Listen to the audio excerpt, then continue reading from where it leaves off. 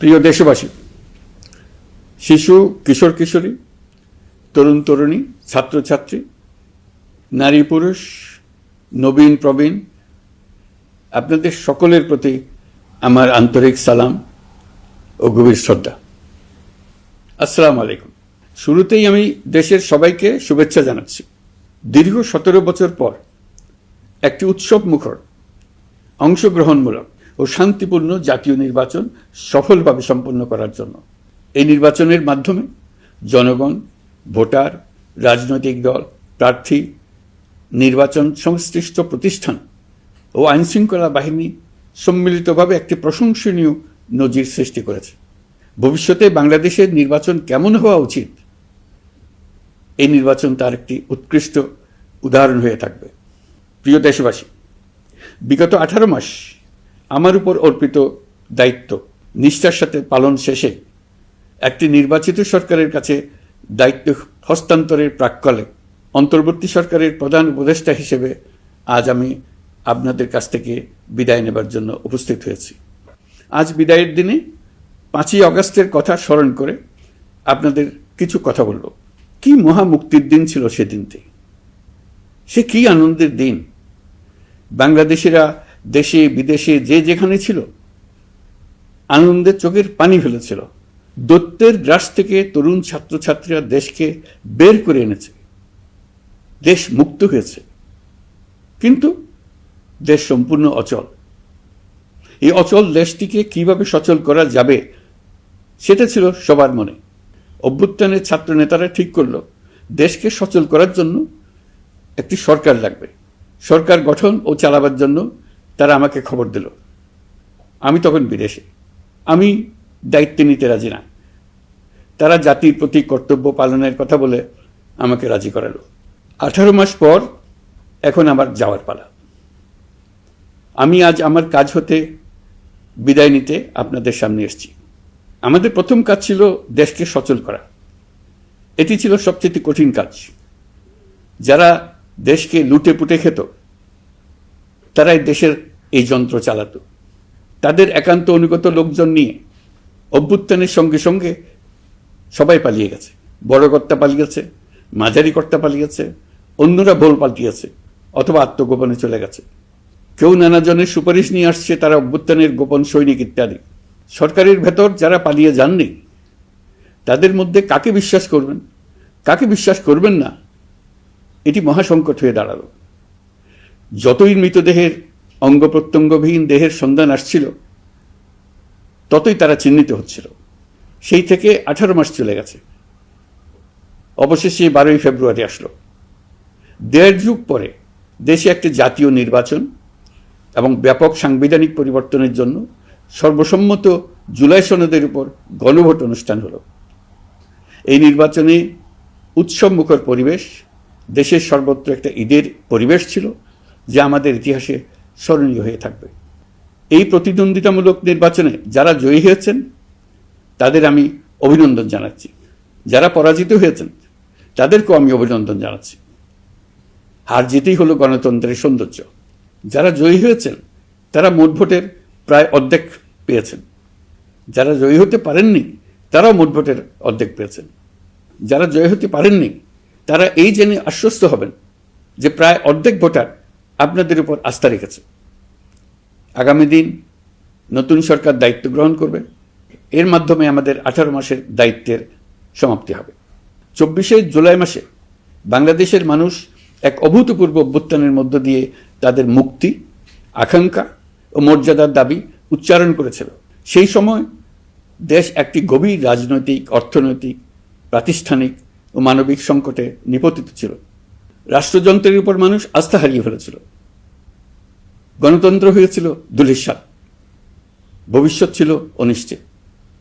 ঠিক সেই সংকটময় সময়ে আমাকে আহ্বান জানানো হয়েছিল একটি লক্ষ্য সামনে রেখে বাংলাদেশকে আবার স্বাভাবিক জীবনে ফেরানোর জন্য 3টি দায়িত্ব দেওয়া হয়েছিল: সংস্কার, বিচার এবং নির্বাচন।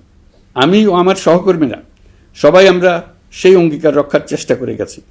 কোথায় কতটুকু সাফল্য অর্জন করতে পেরেছি, কোথায় ব্যর্থ হয়েছি, সে বিচারের ভার আপনাদের উপর থাকলো। আমাদের প্রচেষ্টায় কোনো ঘাটতি ছিল না। আমরা মানবতা বিরোধী অপরাধ, দুর্নীতি ও অনিয়মের বিচার প্রক্রিয়াকে রাজনীতি ও প্রতিশোধের ঊর্ধ্বে রেখেছি। আমরা ভঙ্গুর প্রতিষ্ঠানগুলোর প্রশাসনিক, বাণিজ্যিক, আর্থিক সংস্কারে হাত দিয়েছি, যাতে ভবিষ্যতে কোনো সরকার জনগণের ইচ্ছার বিরুদ্ধে নিজেকে স্থাপন করতে না পারে। আর সর্বোপরি আমরা একটি উৎসবমুখর, অবাধ, নিরপেক্ষ, শান্তিপূর্ণ, পরিচ্ছন্ন ও বিশ্বাসযোগ্য জাতীয় নির্বাচনের আয়োজন করেছি, যার মাধ্যমে জনগণ আবার তাদের ভোটাধিকার ফিরে পেয়েছে। এই নির্বাচন কেবল একটা ক্ষমতা হস্তান্তরের প্রক্রিয়া নয়, এটি বাংলাদেশের গণতান্ত্রিক ব্যবস্থার নতুন অভিযাত্রার সূচনা, নতুন বাংলাদেশের জন্ম। এই অর্জনের পেছনে যারা ছিলেন, জুলাইয়ে রাস্তায় নেমে আসা প্রতিবাদকারী তরুণ তরুণীরা, সেই সাহসী মানুষগুলো, শহীদ ও আহতরা, তাদের প্রতি আমি গভীর শ্রদ্ধা ও কৃতজ্ঞতা জানাচ্ছি। তাদের অভূতপূর্ব ত্যাগ ছাড়া এই পরিবর্তন সম্ভব হতো না। এই প্রক্রিয়া সফল করতে দেশের আবালবৃদ্ধ বনিতা সকলেই সহযোগিতা করেছেন। প্রাতিষ্ঠানিক দিক থেকে দেশের রাজনৈতিক দলসমূহ, নির্বাচন কমিশন, সকল আইনশৃঙ্খলা বাহিনী, সশস্ত্র বাহিনী, সরকারি কর্মকর্তা কর্মচারী ও প্রশাসনের প্রতিটি স্তরের সদস্যরা আন্তরিক সহযোগিতা করেছেন। আপনাদের প্রতি আমার আন্তরিক কৃতজ্ঞতা রইল। আপনাদের ধৈর্য, পেশাদারিত্ব ও আস্থার উপর ভর করেই এই পথ চলা সম্ভব হয়েছে। প্রিয় দেশবাসী, 24-এর গণ অভ্যুত্থানের সময় দেয়ালে দেয়ালে তরুণরা যে নতুন বাংলাদেশের স্বপ্ন এঁকেছিল, তার কেন্দ্র ছিল প্রাতিষ্ঠানিক সংস্কার। সেই প্রত্যাশা বাস্তবায়নে অন্তর্বর্তী সরকার প্রায় 130টি নতুন আইন ও সংশোধনী প্রণয়ন করেছে এবং প্রায় 600টি নির্বাহী আদেশ জারি করেছে, যার প্রায় 84% ইতিমধ্যে বাস্তবায়িত হয়েছে। এই সংস্কারসমূহ নাগরিক অধিকারকে সংহত করেছে, বিচার ব্যবস্থাকে শক্তিশালী করেছে এবং গুম, খুন ও বিচার বহির্ভূত হত্যার সংস্কৃতি যেন আর কখনো ফিরে না আসে সেটা নিশ্চিত করেছে। আমরা দায়িত্ব গ্রহণের সময় দেশের আইনশৃঙ্খলা পরিস্থিতি ছিল অত্যন্ত ভঙ্গুর। থানাগুলো ছিল পুলিশশূন্য, জনগণের মধ্যে আস্থার বদলে ভয় ও শঙ্কা তৈরি হয়েছিল। ধাপে ধাপে আমরা সেই অবস্থার পরিবর্তন ঘটিয়েছি। আজ পুলিশ আর মারণাস্ত্র ব্যবহার করে না, বেআইনিভাবে কাউকে তুলে নিয়ে যায় না, বন্দুকযুদ্ধের নামে হত্যা করে না, পুলিশ ও গোয়েন্দা বাহিনীর ভয়ে কাউকে ডিলিট বাটন চাপতে হয় না। জনবান্ধব ও জবাবদিহিমূলক বাহিনী হিসেবে গড়ে তোলার লক্ষ্যে পুলিশ কমিশন অধ্যাদেশ 2025 প্রণয়ন করা হয়েছে। বিচার বিভাগকে স্বাধীন ও শক্তিশালী করতে পৃথক সচিবালয় গঠন, বিচারক নিয়োগের স্বচ্ছ কাঠামো এবং দেওয়ানি ও ফৌজদারি আইনে যুগান্তকারী সংস্কার করা হয়েছে। সেপারেশন অব জুডিশিয়ারির জন্য মাজদার হোসেন মামলার রায় আমরা বাস্তবায়ন করে গেলাম। গুমকে মানবতার বিরুদ্ধে অপরাধ হিসেবে স্বীকৃতি দিয়ে আন্তর্জাতিক অপরাধ ট্রাইব্যুনাল আইন সংশোধন করা হয়েছে। বিচার প্রক্রিয়াকে স্বচ্ছ করতে রায় সরাসরি সম্প্রচারের সুযোগ, বিদেশি আইনজীবী নিয়োগ এবং অন্তর্বর্তী আপিলের বিধান যুক্ত করা হয়েছে। বাংলাদেশ যেন আর কখনো মানবাধিকারহীন রাষ্ট্রে পরিণত না হয়, সেই লক্ষ্যে জাতীয় মানবাধিকার কমিশন অধ্যাদেশ জারি করা হয়েছে এবং কমিশন গঠন করা হয়েছে। প্রিয় দেশবাসী, একটি সমাজ তখনই উন্নত হয় যখন তার নারীরা নিরাপদ, সম্মানিত ও সমান অধিকারপ্রাপ্ত। উন্নয়ন তখনই টেকসই হয় যখন নারীরা সিদ্ধান্ত গ্রহণে, অর্থনীতিতে, শিক্ষায় ও নেতৃত্বে সমানভাবে অংশ নিতে পারেন। যে নতুন বাংলাদেশের স্বপ্ন আমরা দেখছি, নারীদের অগ্রযাত্রা ছাড়া তা গড়ে তোলা সম্ভব নয়। নারী ও শিশু সুরক্ষায় যৌন হয়রানি প্রতিরোধ অধ্যাদেশ, পারিবারিক সহিংসতা প্রতিরোধের অধ্যাদেশ এবং নারী ও শিশু নির্যাতন দমন আইন সংশোধন করা হয়েছে। নতুন এইসব আইনের মাধ্যমে কর্মক্ষেত্রে ও শিক্ষা প্রতিষ্ঠানে নারীদের হয়রানি প্রতিরোধ ও সুরক্ষা আবার নিশ্চিত করার পথ সুগম করা হয়েছে। প্রিয় দেশবাসী, অভ্যুত্থান পরবর্তী এক উত্তাল সময়ে দেশকে ধীরে ধীরে স্বাভাবিক ধারায় ফিরিয়ে আনতে আমাদের সশস্ত্র বাহিনীর সৈন্যরা যে ধৈর্য, পেশাদারিত্ব ও দায়িত্ববোধের পরিচয় দিয়েছেন, তার জন্য দেশবাসীর পক্ষ থেকে আমি তাদের প্রত্যেককে আন্তরিক ধন্যবাদ জানাচ্ছি। একই সঙ্গে বিশেষভাবে উল্লেখ করতে চাই, যখনই কোনো সংকটময় পরিস্থিতির উদ্ভব হয়েছে, তখনই দেশের রাজনৈতিক নেতৃত্ব আমাদের আহ্বানে তাৎক্ষণিকভাবে সাড়া দিয়েছেন এবং সহযোগিতার হাত বাড়িয়ে দিয়েছেন। এই পারস্পরিক দায়িত্ববোধ ও সংযমই দেশকে অস্থিরতার পথ থেকে স্থিতিশীলতার দিকে এগিয়ে নিতে সহায়ক হয়েছে। স্বৈরাচারের 16 বছরে এদেশের রাজনৈতিক নেতাকর্মীরা যে ভয়াবহ নিপীড়ন, মামলা হামলা, গুম ও হত্যার শিকার হয়েছেন, তা আমাদের জাতির জন্য এক গভীর বেদনাদায়ক শিক্ষা। এই অভিজ্ঞতা আমাদের স্মরণ করিয়ে দেয়, যাতে ভবিষ্যতে আর কখনো কোনো জালেম মাথাচাড়া দিয়ে উঠতে না পারে, যেন আর কখনো ফেসিবাদ প্রতিষ্ঠিত না হয়, শত শত আয়নাঘর সৃষ্টি না হয়, বিচার বহির্ভূত হত্যা ফিরে না আসে। সেই জন্য কেবল রাজনৈতিক অঙ্গীকারই যথেষ্ট নয়, প্রয়োজন ন্যায় বিচার নিশ্চিত করার লক্ষ্যে বিচার ব্যবস্থা ও রাষ্ট্রীয় কাঠামোর মৌলিক ও গভীর সংস্কার। এই উপলব্ধি থেকেই অন্তর্বর্তী সরকার তার সংস্কার কর্মসূচিকে সর্বোচ্চ অগ্রাধিকার দিয়েছে। প্রিয় দেশবাসী, ফ্যাসিস্ট সরকারের 16 বছরের নিপীড়ন ও জুলাইয়ের রক্তাক্ত স্মৃতি এখনও আমাদের মাঝে তাজা হয়ে আছে। যারা ভয়াবহ নিপীড়ন ও নির্যাতন চালিয়েছে তাদের বিচার করা এবং যেন আর কেউ এ ধরনের দুঃশাসন কায়েম করতে না পারে সেটা নিশ্চিত করা আমাদের গুরু দায়িত্ব। বিচার একটা চলমান প্রক্রিয়া। একাধিক ট্রাইব্যুনাল বর্তমানে সক্রিয়ভাবে কাজ করছে। ইতিমধ্যে একাধিক মামলার রায় ঘোষণা হয়েছে।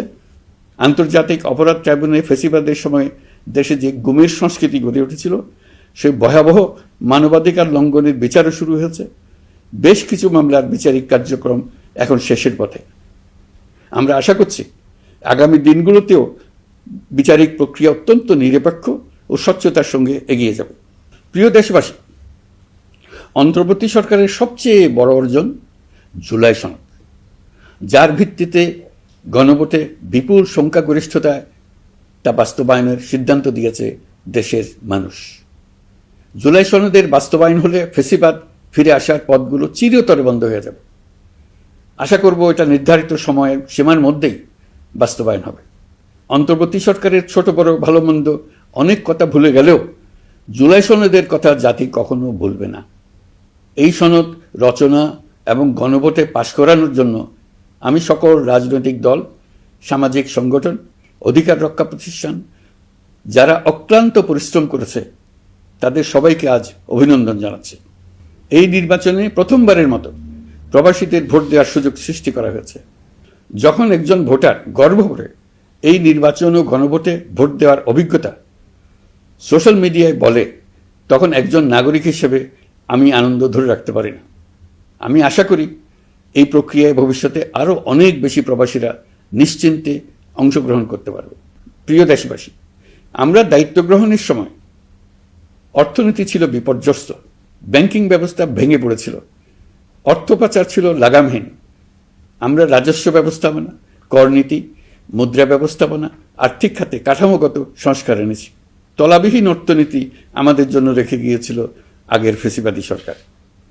কেন্দ্রীয় ব্যাংক বাণিজ্য ব্যাংককে ফতুর করে দিয়ে গেছে, $234 বিলিয়ন পাচার করে নিয়ে গেছে, বিশাল ঋণের বোঝা রেখে গেছে। এইসব আমাদের জানা কথা। আমরা যারা এই অর্থনীতি আবার চালু করার দায়িত্ব পেয়েছিলাম তারা দিশা খুঁজে পাচ্ছিলাম না। এখন যাবার সময় স্বস্তি পাচ্ছি যে আমরা অবস্থার মোকাবেলা করতে পেরেছি এবং নতুন অর্থনীতির বুনিয়াদ রচনা করে রেখে যেতে পারছি। এখন আর পাওনাদাররা আমাদের তাড়া করতে আসবে না। আন্তর্জাতিক লেনদেনে আমরা চোখে অন্ধকার দেখব না। আমাদের রিজার্ভের পরিমাণ এখন $34 বিলিয়ন। আমাদের দেশপ্রেমিক প্রবাসী ভাই বোনদের রেমিটেন্সের টাকায় এই রিজার্ভ ক্রমেই বাড়ছে। নিত্য প্রয়োজনীয় পণ্যের দাম নিয়ন্ত্রণে সরবরাহ বৃদ্ধি করা হয়েছে। টিসিবির কার্যক্রম সম্প্রসারিত হয়েছে।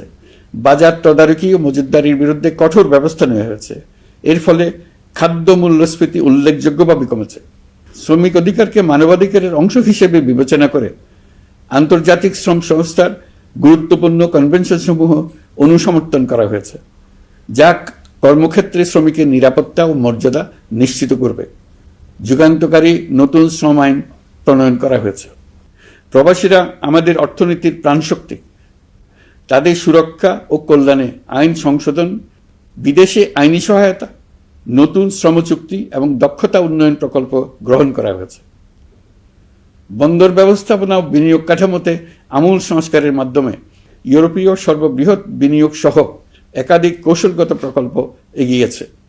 ব্লু ইকোনমির সম্ভাবনা কাজে লাগাতে গভীর সমুদ্র বন্দর, মৎস্য ও আধুনিক টাউনশিপ উন্নয়নে নতুন কর্তৃপক্ষ গঠন করা হয়েছে। প্রিয় দেশবাসী, পররাষ্ট্রনীতিতে বাংলাদেশের সার্বভৌমত্ব, জাতীয় স্বার্থ ও দেশের মর্যাদা, এই তিনটি মূল ভিত্তি আমরা দৃঢ়ভাবে পুনরুদ্ধার করতে সক্ষম হয়েছি। নতজানু পররাষ্ট্রনীতি কিংবা অপর দেশের নির্দেশনা ও পরামর্শ নির্ভর বাংলাদেশ এখন আর নয়।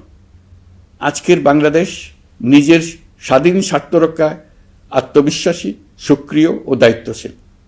বিশ্বের সকল দেশের সঙ্গে পারস্পরিক সম্মান ও স্বার্থের ভিত্তিতে সম্পর্ক গড়ে তুলতে আমরা প্রতিশ্রুতিবদ্ধ। একই সঙ্গে ভারসাম্য বজায় রেখে ভবিষ্যতের জন্য প্রয়োজনীয় কৌশলগত সিদ্ধান্ত নিতে সক্ষম এমন একটি রাষ্ট্র হিসেবে বাংলাদেশ আজ নিজেকে প্রতিষ্ঠিত করেছে। রোহিঙ্গা সংকট আমাদের জাতীয় নিরাপত্তা, আঞ্চলিক স্থিতিশীলতা ও অর্থনীতির উপর একটা গুরুতর দীর্ঘস্থায়ী চাপ সৃষ্টি করে রেখেছে। দুঃখজনকভাবে দীর্ঘ সময় ধরে এই সংকট নিরসনে কোনো কার্যকর সমন্বিত আন্তর্জাতিক উদ্যোগ দৃশ্যমান ছিল না। দায়িত্ব গ্রহণের পর আমরা আন্তর্জাতিক অঙ্গনে মৃতপ্রায় এই ইস্যু থেকে পুনরায় বিশ্ব মনোযোগের কেন্দ্রে নিয়ে আসতে সক্ষম হয়েছে। এই সংকটের গুরুত্ব অনুধাবন করে জাতিসংঘ আমাদের পাশে দাঁড়িয়েছে। জাতিসংঘের মহাসচিব নিজে বাংলাদেশ সফর করেছেন এবং সমস্যার টেকসই সমাধানে সহায়তার অঙ্গীকার ব্যক্ত করেছেন। আমার অনুরোধে জাতিসংঘে রোহিঙ্গা বিষয়ে বিশেষ সভা অনুষ্ঠিত হয়েছে। প্রিয় দেশবাসী, দীর্ঘ ফেসিবাদী শাসনামলে বাংলাদেশের সশস্ত্র বাহিনীর সক্ষমতা ও আধুনিকীকরণের বিষয়টি পরিকল্পিতভাবে উপেক্ষিত ছিল। আমরা অল্প সময়ের মধ্যেই সেই অবস্থার মৌলিক পরিবর্তনের সূচনা করতে পেরেছি। দায়িত্ব গ্রহণের পর থেকেই বর্তমান সরকার সশস্ত্র বাহিনীর সক্ষমতা বৃদ্ধি, আধুনিকায়ন এবং যে কোনো ধরনের আগ্রাসন কার্যকরভাবে মোকাবেলার জন্য সশস্ত্র বাহিনীকে উপযোগী করে গড়ে তোলাকে অগ্রাধিকার দিয়েছে। সশস্ত্র বাহিনীর প্রতিরক্ষা সক্ষমতা বৃদ্ধি একটি ব্যয়বহুল প্রক্রিয়া হলেও বর্তমান বৈশ্বিক বাস্তবতায় বহির্বিশ্বের সম্ভাব্য হুমকি ও আগ্রাসন মোকাবেলার জন্য এর কোনো বিকল্প নেই। এই বাস্তবতা বিবেচনা নিয়ে অন্তর্বর্তী সরকার তার সীমিত মেয়াদের মধ্যে সেনাবাহিনী, বিমান বাহিনী ও নৌবাহিনীর সক্ষমতা বৃদ্ধিতে যুগান্তকারী পদক্ষেপ গ্রহণ করেছে। আমি দৃঢ়ভাবে বিশ্বাস করি এই উদ্যোগগুলোর ধারাবাহিকতা ভবিষ্যতের নির্বাচিত গণতান্ত্রিক সরকার সমূহ অব্যাহত রাখবে, যাতে বাংলাদেশের জাতীয় নিরাপত্তা, স্বাধীনতা, সার্বভৌমত্ব, আঞ্চলিক অখণ্ডতা দীর্ঘমেয়াদে নিশ্চিত করা যায়। প্রিয় দেশবাসী, বাংলাদেশ এখন কেবল সংকট থেকে উত্তরণের গল্প নয়। বাংলাদেশ আজ অমিত সম্ভাবনার দেশ। আমাদের ছেলে মেয়েরা অসীম সম্ভাবনা নিয়ে জন্মায়। এটি সাহসী, সৃজনশীল, উদ্যমী তরুণদের দেশ। তাদের দরকার উপযুক্ত শিক্ষা, বিশ্বমানের প্রশিক্ষণ এবং এমন একটি রাষ্ট্র ব্যবস্থা যেখানে মেধা ও পরিশ্রম ও সততার মূল্য আছে।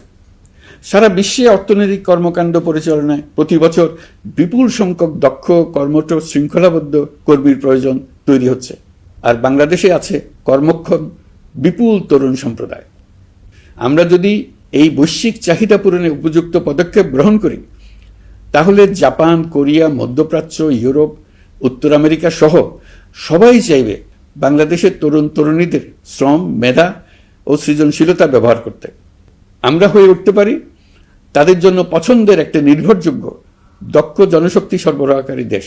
আমাদের খোলা সমুদ্র কেবল ভৌগোলিক সীমারেখা নয়, এটি বাংলাদেশের জন্য বিশ্ব অর্থনীতির সঙ্গে যুক্ত হওয়ার উন্মুক্ত দরজা। নেপাল, ভুটান ও সেভেন সিস্টার্সকে নিয়ে এই অঞ্চলে অর্থনৈতিক সমৃদ্ধির বিশাল সম্ভাবনা রয়েছে। অর্থনৈতিক অঞ্চল, বাণিজ্যিক চুক্তি ও শুল্কমুক্ত বাজারে প্রবেশের সুযোগের মধ্য দিয়ে এই অঞ্চলে একটি বৈশ্বিক উৎপাদন কেন্দ্র হিসেবে গড়ে ওঠার শক্তিশালী ভিত্তি প্রতিষ্ঠিত হবে। আমাদের বন্দরগুলোর দক্ষতা আন্তর্জাতিক পর্যায়ে নেবার জন্য সেরা আন্তর্জাতিক বন্দর পরিচালনা কোম্পানির সঙ্গে চুক্তির কাজে আমরা অনেক এগিয়ে এসেছি। এর দক্ষতা বাড়াতে না পারলে আমরা অর্থনৈতিক অর্জনে পিছিয়ে যাব। প্রিয় দেশবাসী, সম্প্রতি বাংলাদেশের সঙ্গে যুক্তরাষ্ট্রের একটি গুরুত্বপূর্ণ দ্বিপাক্ষিক বাণিজ্য ও শুল্ক চুক্তি সম্পন্ন হয়েছে। এই চুক্তি কেবল একটি বাণিজ্যিক সুবিধা নয়, এটি বাংলাদেশের অর্থনীতি, কর্মসংস্থান, শিল্পায়ন এবং আন্তর্জাতিক কূটনৈতিক অবস্থানকে দীর্ঘমেয়াদে শক্তিশালী করার জন্য একটি কৌশলগত ভিত্তি হিসেবে কাজ করবে। এই চুক্তির ফলে যুক্তরাষ্ট্রের বাজারে বাংলাদেশের জন্য প্রযোজ্য পারস্পরিক শুল্কভার, রেসিপ্রোকাল ট্যারিফ 37% থেকে 19% কমে এসছে। এই চুক্তির একটা বিশেষ দিক হল যুক্তরাষ্ট্রে উৎপাদিত তুলা ও কৃত্রিম তন্তু ব্যবহার করে তৈরি পোশাক পণ্যে শূন্য পারস্পরিক শুল্ক সুবিধা। এটা একটা মস্ত বড় সুবিধা। এর মাধ্যমে যুক্তরাষ্ট্রের বাজারে শুল্ক সুবিধা পাওয়ায় বাংলাদেশি পোশাক আরও কম দামে যুক্তরাষ্ট্রে প্রবেশ করবে। যুক্তরাষ্ট্রের তুলা ব্যবহারের ফলে আমাদের সরবরাহ চেইন আরও বৈচিত্র্যময় ও স্থিতিশীল হবে। এটি বাংলাদেশের পোশাক শিল্পকে উচ্চ মূল্যের ও উন্নত মানের পণ্যের দিকে অগ্রসর হওয়ার সুযোগ করে দেবে। প্রিয় দেশবাসী, বাংলাদেশের অর্থনৈতিক ভবিষ্যৎ টেকসই, বৈচিত্র্যময় ও প্রযুক্তি নির্ভর করার লক্ষ্যে জাপানের সঙ্গে সম্পাদিত অর্থনৈতিক অংশীদারিত্ব চুক্তি একটি ঐতিহাসিক ও কৌশলগত অগ্রগতি। এই অংশীদারিত্বের একটি গুরুত্বপূর্ণ সুফল হল উৎপাদন ও রপ্তানির বহুমুখীকরণ। জাপানের সঙ্গে সহযোগিতার ফলে অটোমোবাইল যন্ত্রাংশ, ইলেকট্রনিক্স, রেলওয়ে সরঞ্জাম, গ্রিন টেকনোলজি এবং উচ্চমূল্যের শিল্পপণ্যে বাংলাদেশ ধাপে ধাপে যুক্ত হতে পারবে। এতে আমাদের ঝুঁকি কমবে এবং বৈশ্বিক বাজারে বাংলাদেশের অবস্থান আরও শক্তিশালী হবে। পৃথিবীর শিল্পোন্নত দেশগুলো আমাদের দেশে বিনিয়োগ করবে শুধু জাপানে শুল্কমুক্ত রপ্তানির সুবিধা গ্রহণ করার জন্য। প্রিয় দেশবাসী, আমরা চীনের সাথে আমাদের উন্নয়ন সহযোগিতা গভীরতর করেছি। গত বছর মার্চে বেজিংয়ে চীনের প্রেসিডেন্ট শি জিনপিংয়ের সাথে বৈঠকে আমরা দুদেশের মধ্যকার কৌশলগত অংশীদারিত্বকে নতুন পর্যায়ে উন্নীত করার প্রত্যয় ব্যক্ত করেছে। ইতিমধ্যে তিস্তা নদীর সামগ্রিক ব্যবস্থাপনা ও পুনর্বাসন প্রকল্পের বিষয়ে উল্লেখযোগ্য অগ্রগতি হয়েছে। নীলফামারীতে 1000 শয্যার একটি আন্তর্জাতিক মানের হাসপাতাল তৈরিতে দুদেশ একমত হয়েছে। এই কাজটি আমরা এগিয়ে নিতে পেরেছি।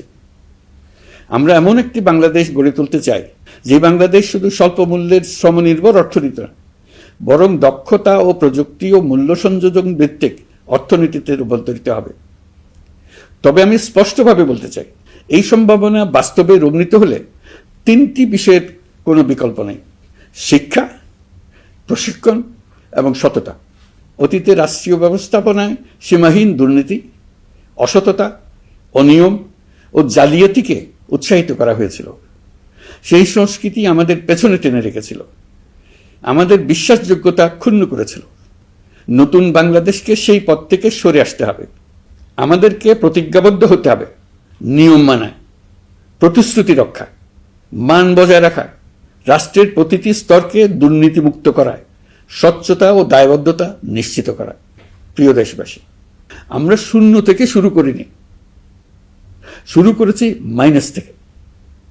ধ্বংসস্তূপ পরিষ্কার করে প্রতিষ্ঠান দাঁড় করিয়ে তারপরে সংস্কারের পথ ধরেছে। আজ অন্তর্বর্তী সরকার বিদায় দিচ্ছে, কিন্তু গণতন্ত্র, জবাবদিহিতা, বাক স্বাধীনতা, অধিকার চর্চার যে ধারা শুরু হয়েছে তা যেন কখনো থেমে না যায়। আমরা রাষ্ট্রীয় দায়িত্ব ছেড়ে গেলেও নতুন বাংলাদেশ গড়ার সার্বিক দায়িত্ব আমার, আপনার, আমাদের সবার। আমাদের সকলের দায়িত্ব দেশকে সত্যিকারের গণতন্ত্র হিসেবে পরিস্ফুটিত করা। জুলাই গণঅভ্যুত্থান আমাদের জন্য এই দরজা খুলে দিয়েছে। আমরা যদি স্বপ্ন, আকাঙ্ক্ষা ও শক্তিকে বাঁচিয়ে রাখতে পারি, তবে বাংলাদেশের অগ্রযাত্রা কেউ থামাতে পারবে না। গণঅভ্যুত্থানে যারা প্রাণ দিয়েছে, শরীরের অঙ্গ হারিয়ে দুঃসহ জীবনযাপন করছে, যাদের লাশ পুড়িয়ে ফেলা হয়েছে, যাদের লাশ এখনো খুঁজে পাওয়া যাচ্ছে না, যারা অল্পের জন্য বেঁচে গেছে, তাদের সকলের আত্মত্যাগকে এই জাতি যেন কোনোদিন ভুলে না যায়। প্রতিটি রাষ্ট্রীয় সিদ্ধান্ত গ্রহণে আমরা যেন তাদের ছবি মনে রেখে সিদ্ধান্ত নিই। আমাদের পরবর্তী প্রজন্মকে ক্ষমতাবানদের কিভাবে নিয়ন্ত্রণে রাখতে হয় সেই শিক্ষাটি যেন দিয়ে যেতে পারে। ক্ষমতাবানদের ক্ষমতা মানুষকে কিরকম মনুষ্যত্বহীন করে তুলতে পারে সেটা জাতির ইতিহাসে ধরে রাখার জন্য আমরা পলাতক প্রধানমন্ত্রীর বাসস্থান গণভবনকে জাতীয় জুলাই স্মৃতি জাদুঘর হিসেবে প্রতিষ্ঠিত করে রেখে যাচ্ছি। এখানে আপনাদের স্মৃতির বাস্তব নমুনা সংরক্ষণ করে রাখা হয়েছে। জাদুঘর যখন জনসাধারণের জন্য খুলে দেওয়া হবে, তখন আপনি যেখানেই থাকুন, দেশে থাকুন, বিদেশে থাকুন, আমি অনুরোধ করব আপনি সপরিবারে একবার এসে কিছুক্ষণ জাদুঘরে কাটিয়ে যাবেন। প্রিয় দেশবাসী, আসুন আমরা এমন একটি বাংলাদেশ গড়ি যেখানে সম্ভাবনা সীমাহীন, আর স্বপ্নের কোনো সীমানা নেই। গত 18 মাসে ক্রমান্বয়ে এদেশের মানুষের মধ্যে গণতন্ত্র, একটি কল্যাণমূলক শাসন ব্যবস্থা, বাক স্বাধীনতা, ক্ষমতাকে প্রশ্ন করতে পারা, সমালোচনা করতে পারা, জবাবদিহিতায় আনতে পারার যে চর্চা শুরু হলো, উৎসবমুখর পরিবেশে নির্বাচন আয়োজন করে জনগণের অধিকার নিশ্চিত হলো, এই ধারা যেন কোনো রকমেই হাতছাড়া হয়ে না যায়। আমি বিশ্বাস করি বাংলাদেশের আপামর জনসাধারণ এবং সকল রাজনৈতিক পক্ষ ইস্পাত কঠিন ঐক্যের মাধ্যমে এই ধারাকে আগামী দিনগুলোকে রক্ষা করবে, সমৃদ্ধ করবে। অধিকারের বিষয়ে, দেশের স্বাধীনতা সার্বভৌমত্বের বিষয়ে পরবর্তী প্রজন্মের জন্য একটি সুন্দর বাংলাদেশ গড়ে তোলার প্রত্যয়ে দৃঢ় থাকতে হবে।